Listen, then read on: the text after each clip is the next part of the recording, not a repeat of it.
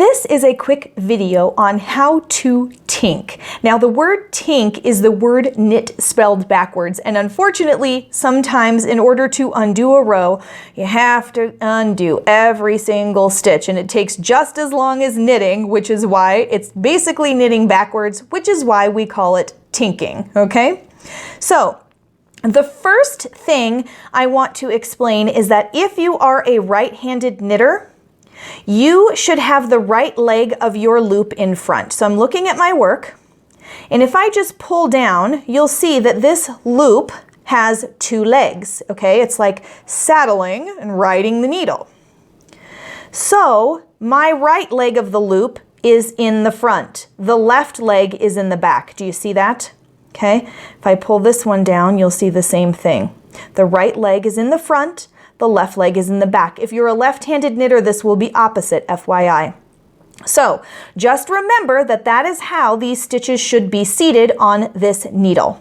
So let's say I have to take out this entire row because I did an extra row or I made a mistake back here or something, okay? So I'm going to turn this over to this side so that I can see my loops. Let's get my tail out of the way. This is my live ball yarn, okay? I am going to find out where this goes and I'm going to trace it. Let me see if I can get a little closer here. So this live yarn, I'm just going to trace it with my needle. It goes under that loop. See that? That's accurate, right? It goes under the loop. So I'm going to follow that with my needle, and I'm going to get that loop over just like that. Now I can slip this one off of the needle and I can find my ball yarn and I can pull it. Whoa, look at that, I undid a stitch. And it's okay because I rescued this one before I even got that one off of there, okay? So again, let's trace that yarn. Here's the live yarn. I'm just gonna trace, trace, trace, trace, trace. It goes under this loop. So I'm gonna get that loop on there. Once I have saved that loop from certain death, I can push this one off and then I can pull my ball yarn and I've undone another stitch. Okay, now you can trace it the other way too, like this. We'll trace down, down, down, get under that loop. It doesn't matter how you get under that loop, but that loop has got to be rescued before you can undo anything. Okay, so we're going to trace that yarn, get under here, push this one off, and pull it out.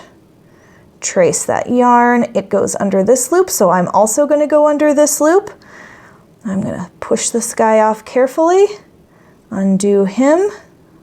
Okay, now sometimes if you have just a crazy knotted mess and you don't know what happened, very carefully you can slip this guy off, pull this out. Oh gosh, look, I've got a loop just hanging out right there.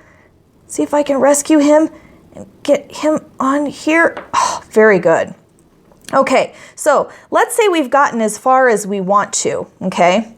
Now, the first thing I have to notice is which way my stitches are saddled. I pulled them off, and at that point when we're undoing things, we just want to undo it. We don't even really care. We just want to rescue this loop, right? We can always go back and fix the loop. So this guy is left leg in front. I know that's incorrect.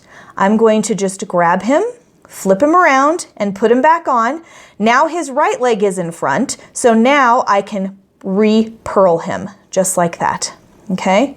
Now, this guy happens to be correct, right leg in front, no problem there. I can go ahead and purl him. This one, he looks good. I can go ahead and purl him. This one is backwards, see that?